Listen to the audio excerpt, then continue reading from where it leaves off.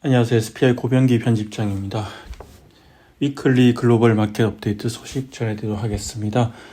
네, 오늘은 일본 리츠 얘기 좀 해보려고 하는데요. 이 일본 리츠 시장도 상당히 큽니다. 네, 작년 11월 말에 저도 이제 일본 리츠 보려고 이제 출장을 했다 온 이후에는 약간 좀 독자들한테 일본 리츠도 최대한 많이 소개해 드려야겠다 이 생각을 많이 하고 있는데, 최근에 좀 이제 일본 리츠 관련해서 좀 재밌는 기사가 하나 떠서 이렇게 좀 소개를 해드리려고 합니다. 네, 오늘 소개해드릴 이제 일본 제1리츠는 재팬 메트로폴리탄 펀드 인베스트먼트 코퍼레이션이라는 리츠고요. JMF라고 하는데, 이 리츠가 상당히 이제 최근에 유명해졌습니다. 왜냐하면 이게 그 콜버그 앤 크레비스 로버츠라고 KKR 세계적인 이제 사모펀드 운용사가 지난 2022년에 이제 일본의 리츠 플랫폼을 인수했는데, 그러니까 리츠 AMC와 상장 리츠를 동시에 인수했는데, 그게 이제 바로 JMF라는 상장 리츠고요. 그 당시에 이제 미쯔비시와 이제 UBS가 이제 합작으로 투자한 리츠 AMC를 인수를 해서 현재는 KJR 매니지먼트라는 회사로 이제 이름을 바꿨고, 이게 리츠 AMC고, 그 리츠 AMC가 운용하고 있는 상장 리츠가 바로 JMF입니다. 근데 이 JMF가 최근에 이제 보면 일본 임대주택 투자를 이제 확대하고 있습니다. 최근에도 뭐 다이어하우스 공업의 자회사로부터 도쿄 23구 내에 위치한 임대주택 네 채를 약 6,400만 달러에 인수했다고 하고요. 이로써 이제 JMF는 1년도 안 되는 기간 동안 12개의 임대주택 자산을 인수하게 됐습니다.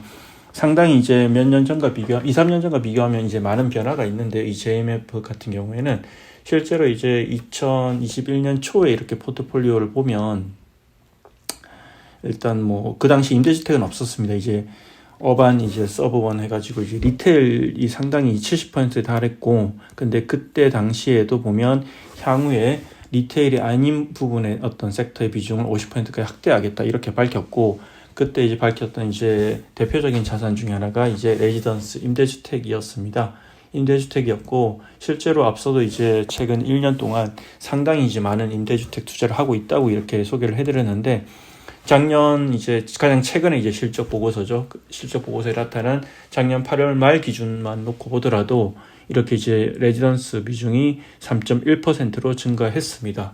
그리고 리테일 비중은 어반과 서브반 합쳐서 이제 한 60% 정도 되니까, 원래 이제 한 3년 전 2021년 초에 이제 70% 비해서는 한 10%포인트 정도 줄어든 것으로 나옵니다.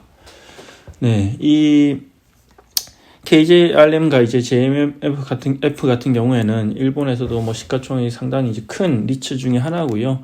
아마 이제 상위 한 10위 안에는 포함되는 리츠이고, 그리고 이 리츠가 재밌는 건 결국 이제 KKR이 인수를 하면서 상당히 재밌어졌는데, KKR이 이제 이 리츠 플랫폼을 인수한 이유는, 사실 KKR 같은 경우에는 이제 아시아 태평양 지역에 이제 상업용 부동산에 많이 투자를 하고 있는데, 일본 같은 경우에는 상대적으로 늦게 들어갔습니다. 한국을 상당히 이제 빨리 이제 투자를 하기 시작했고, 근데 이제 일본은 한국보다 늦게 들어가다 보니까, 그리고 일본 같은 경우에 상당히 이렇게 이제 일본 국내 부동산 회사들 텃세가 상당히 심한 것으로 많이 알려져 있고요.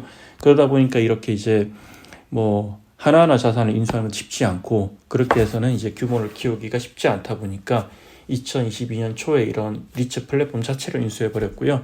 이걸 인수하면서 뭐 자산도 상당히 많이 따라왔지만, 동시에 이제 KJRM의 규모가 한 160명 정도 됐는데, 그렇기 때문에 이제 동시에 이제 일본에서 익스포저를 상당히 크게 확장할 수 있는 그런 기반을 마련한 거죠. 네, 그리고 또 하나 이제 추가 정보를 말씀드리면, 아까 이제 말씀드린 이제 JMF가 최근에 이제 임대주택 투자를 확대하고 있다고 이제 밝혔는데요.